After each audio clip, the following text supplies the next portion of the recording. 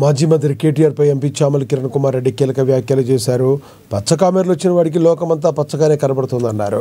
ఇప్పుడు కేటీఆర్ పరిస్థితి కూడా అలాగే ఉందని చామల కిరణ్ కుమార్ రెడ్డి విమర్శలు గుప్పించారు. బీఆర్ఎస్ టైంలో ఫామ్ హౌస్లో పాలన తప్ప ప్రజాపాలన చేయలేదని గుర్తు చేశారు.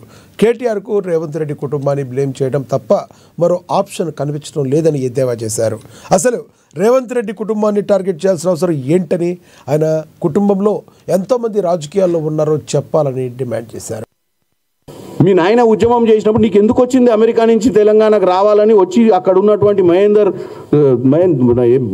మహేందర్ రెడ్డి గారి సీటు కేకే మహేందర్ రెడ్డి గారి సీట్ తీసుకొని సిరిసిల్లలో ఎందుకు నిలబడ్డావు? ఉద్యమకారుని సీటు ఊడబిక్కొని దోసుకోవాలన్న ఉద్దేశంతో వచ్చినావు కదా. ఈ ఉద్యోగం చేస్తే ఏమొస్తుంది? అమెరికాలో పనికిరాని ఉద్యోగం. మా నాయన ఎట్లాగూ ఆడ ఉద్యమం చేస్తుండు, ఉద్యమ సమయం అయిన తర్వాత మా ప్రభుత్వం వస్తుంది, మా నాయన ముఖ్యమంత్రి అయితే నేను ఎమ్మెల్యే ఇప్పుడే రెడీగా ఉంటే మళ్ళీ నాకు మంత్రి పదవి వస్తుందన్న దురాలోచనే కదా నీది.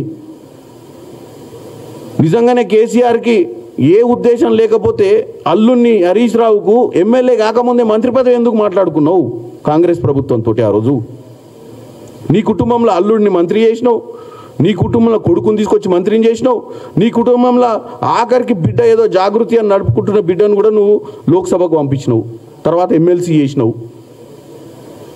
ఎవరు ఈ రాష్ట్రాన్ని దోసుకోవాలని ఒక పక్కా ప్రణాళికతోటి ముందుకు పోయిర్రో తెలంగాణ ప్రజలు గమనించాలి.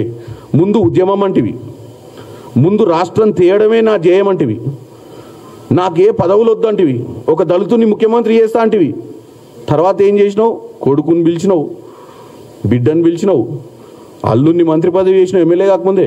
ఇక ఆఖరికి మిగిలితే ఒకడు రోజు మందులు గిందులు అందించి నీ ఆరోగ్యం బాగా చూసుకుంటుండు మంచోడు అని చెప్పి రాజ్యసభ కూడా చేసివి ఇంకొకరిని. సో వీళ్ళంతా ఏమయ్యారు? వీళ్ళంతా 10 సంవత్సరాలలో ఏ స్థాయి నుంచి ఏ స్థాయికి వచ్చిర్రో ఈరోజు చూస్తే అర్థం కావట్లేదా?